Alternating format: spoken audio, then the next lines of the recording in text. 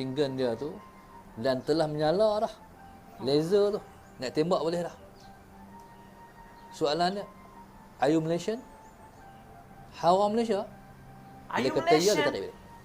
Serius? That flavors on your lips.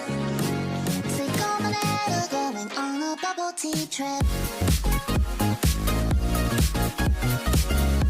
Hello, Assalamualaikum semua and welcome back to my channel. Apa khabar korang semua? Sihat? Seperti biasa, aku akan reaction video-video hari ni. Aku bawa nak berjinak-jinak buat reaction. Sebab aku tak tahu lah, sebab ada dengar bunyi-bunyi orang-orang yang jadi kacau sikit lah aku ni. Okay, apa-apa pun kita akan teruskan reaction untuk kali ini. Kenapa Jepun tidak mempunyai tentera sampai sekarang? Aku pun tak tahu Jepun ada tentera tidak, tapi ada juga dia punya camp-camp dia. Camp-camp dia dekat Jepun. Jadi apa-apa pun kita tengoklah dulu video ni kan. Aku pun tak berapa nak tahu sangat Jepun ni ada ke tidak. Jadi aku dah tengok video, ada kata Jepun ni ada lah. Jadi kita teruskan, kita tengok aja ya. Untuk ni. Sebelum tu jangan lupa follow Instagram aku kat sini. Aku terpapar kat sini. Jadi follow Instagram aku dan subscribe. Aku nak pergi 1000 subscriber. Aku tak nak mau lagi terperuk dekat 800. Okay, baru kita pergi terus.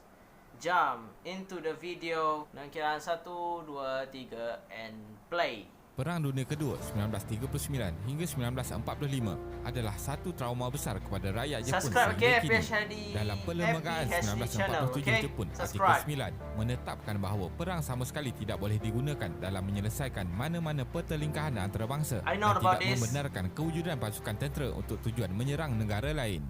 Keamanan dengan pihak antarabangsa mesti dicapai untuk menggunakan keadilan dan peraturan. Selain itu, rakyat Jepun selamanya melepaskan hak dalam kedaulatan negara bagi semua daratan, lautan dan ruang udara, iaitu tidak akan memulakan peperangan dan menggunakan kekerasan.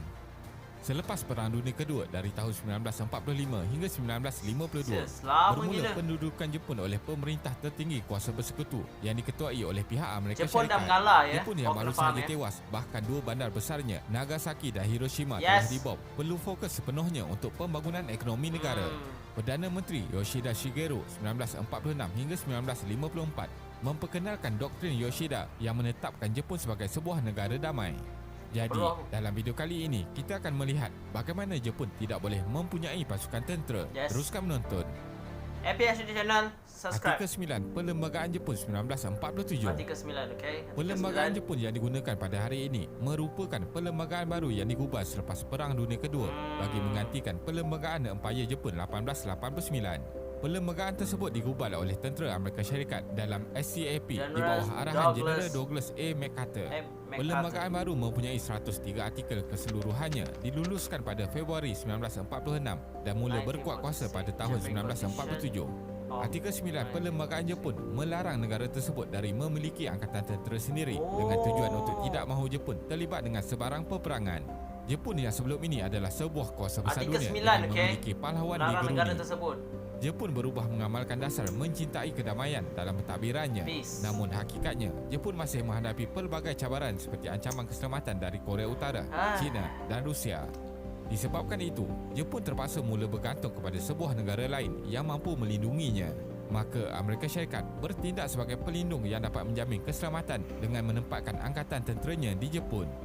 Dengan adanya Amerika Syarikat sebagai pelindung, maka Jepun hanya perlu fokus kepada pembangunan ekonomi pasca perang. Penubuhan pasukan pertahanan diri. Oh, penahanan diri. Tercetusnya perang antara Korea Utara dan Korea Selatan pada tahun 1950 hingga 1953 akibat perebutan semenanjung Korea oleh kuasa besar dunia iaitu Amerika Syarikat dan Soviet selepas Perang Dunia Kedua. Jepun dengan sokongan Amerika Syarikat mula merasakan keperluan untuk menubuhkan pasukan pertahanannya sendiri.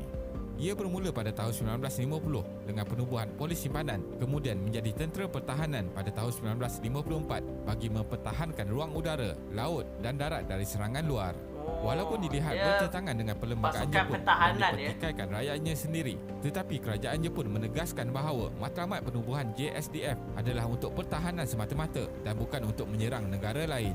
Kerajaan Jepun juga hanya membelanjakan kurang dari 1% keluaran dalam negara kasar KDNK negara ketika itu untuk pasukan keselamatan.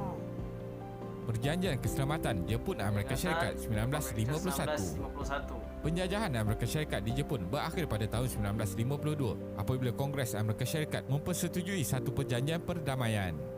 Selain itu, bagi melindungi kepentingan Amerika Syarikat di Jepun dan kawasan serantau, satu perjanjian keselamatan ditandatangani pada tahun 1951 di mana Amerika Syarikat akan menjaga sepenuhnya keselamatan negara Jepun. Jepun juga tidak boleh menjalinkan USA kerjasama yang jaga dengan Jepun mana-mana pasukan ketenteraan dengan negara lain tanpa persetujuan Amerika Syarikat. Amerika Syarikat meletakkan pangkalan tentera di Jepun yang merupakan pasukan tentera Amerika Syarikat tetap yang terbesar di luar negara. 62% pangkalan tentera Amerika Syarikat ini terletak di Pulau Okinawa yang juga terbesar di rantau Pasifik. Kerajaan Jepun dan Amerika Syarikat juga bersetuju untuk membuka keahlian JSDF untuk rakyat awam melalui Akta Angkatan Pertahanan Diri 1954 sebagai petugas keselamatan awam sahaja dan bukannya sebagai anggota tentera. Ia dibahagikan kepada pasukan pertahanan darat JSDF, pasukan pertahanan maritim MSDF dan pasukan pertahanan udara. Dari segi geopolitik, kawasan rantau di Asia Pasifik ini sangat unik yang menjadi perebutan kuasa besar dan kawasan konflik keselamatan berterusan termasuk isu senjata nuklear Korea Utara serta ketegangan antara China Taiwan. Kenapa Korea Pakatan Utara ni? Keselamatan Amerika Syarikat Jepun tahun 1990-an. Tahun 1990-an merupakan satu dekad yang tidak stabil untuk hubungan keselamatan di antara Amerika Syarikat dengan Jepun. Kejatuhan Kesatuan Soviet pada 1989 telah mengakhiri Perang Dingin dan ini telah banyak merubah hubungan peringkat global. China telah muncul sebagai kuasa tentera besar di Asia bersifat makin agresif dan Korea Utara pula menjadi jiran menggugat keselamatan Jepun dengan senjata nuklear. Perkara ini telah menimbulkan keperluan di kalangan para pemimpin dan pembuat dasar di Tokyo dan Washington untuk menilai dan menstruktur semula Pakatan Keselamatan Amerika Syarikat Jepun supaya seiring dengan isu keselamatan di rantau Asia Pasifik dan global. Situasi ini dikeruhkan lagi dengan sokongan China kepada Korea Utara. Menurut Robert Gates, setiap usaha pertahanan Amerika Syarikat ketika itu, Amerika Syarikat tidak akan berdiam diri ketika Korea Utara membina kemampuan senjata nuklear untuk disasarkan kepada mana-mana negara di rantau Pasifik atau ke atas Amerika Syarikat sendiri. Amerika Syarikat juga bimbang akan kebangkitan China dari segi politik, ketenteraan dan ekonomi serta program nuklear Korea Utara seperti ditulis dalam satu laporan bertajuk Bottom-up Review oleh Jabatan Pertahanan Amerika Syarikat.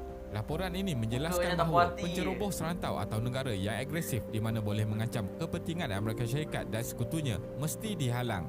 Washington dan Tokyo juga terpaksa menghadapi isu penyusunan semula pakatan termasuk persoalan mengenai perkongsian beban di antara kedua-dua pakatan ketenteraan yang menelan belanja besar. Kedua-dua negara juga perlu menentukan bagaimana mengekalkan fungsi keselamatan untuk jangka yang panjang. Usaha pemindaan Artikel 9 Perlembagaan Jepun. Memasuki abad ke-21, semakin banyak suara yang mencabar doktrin Yoshida kerana mahu mengembalikan kedaulatan Jepun sebagai negara boleh mempertahankan kedaulatan sendiri dan terdapat usaha sesetengah pihak neokonservatif termasuk bekas Perdana Menteri Shinzo Abe untuk mula meminda Artikel 9 Perlembagaan Jepun. Semasa penggal pertama beliau 2006 hingga 2007, Abe menunjukkan kemahuan untuk mengubah dan menaik taraf agensi pertahanan kepada Kementerian Pertahanan. Selain itu, beliau memperkenalkan idea Border Asia semasa ucapannya di Parlimen India pada Ogos 1997 untuk menggariskan kepentingan kerjasama yang erat di Lautan Pasifik dan Lautan Hindi bagi menguatkan kuasa Jepun India. Ini penting untuk mengekang kuasa China yang dilihat semakin agresif untuk menguasai rantau Asia Pasifik.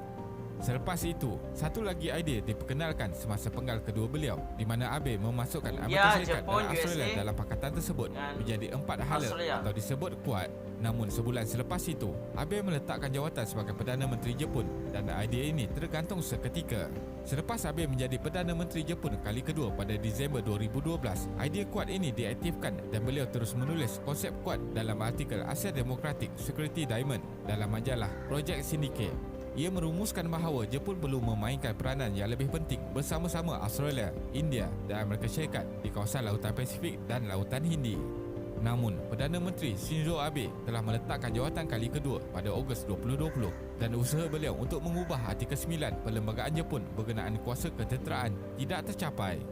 Akan tetapi, menurut satu laporan pengundian pada Mei 2021 mengenai pemindaan Artikel 9 Perlembagaan, jumlah pengundi yang bersetuju dan tidak bersetuju adalah tidak jauh berbeza dengan 45% bersetuju manakala 44% tidak bersetuju. Dia main-main kat situ je. Kesimpulannya, Pakatan Keselamatan Amerika Syarikat Jepun pada mulanya adalah untuk menghauskan kuasa ketenteraan Jepun selepas Perang Dunia Kedua.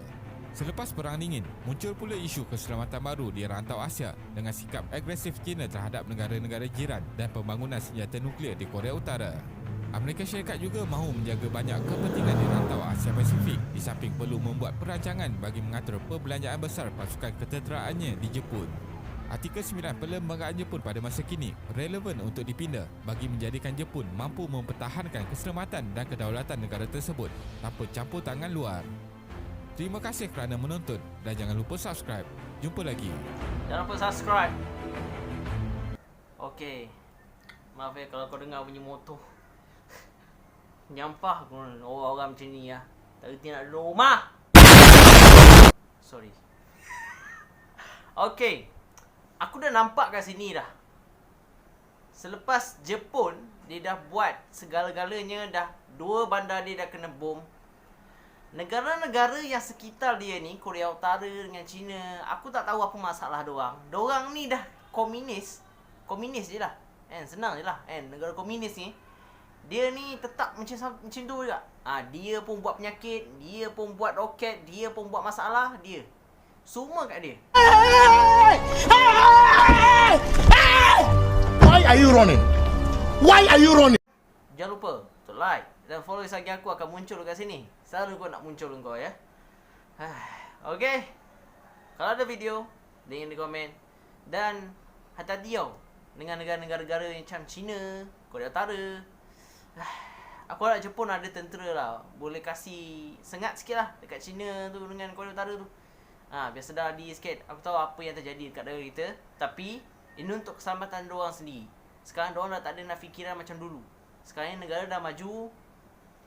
Open mind. Buka mata korang. Dan jangan saya fikir masa silam. Fikir in the future. Diorang dah 50 langkah ke hadapan. Jadi mana yang bagus kita ikut. Mana yang tak bagus tu jangan diikut lah. Jangan macam Korea Utara asyik ikut China je. 夢ならばどれほど良かったでしょう。未だにあなたのことを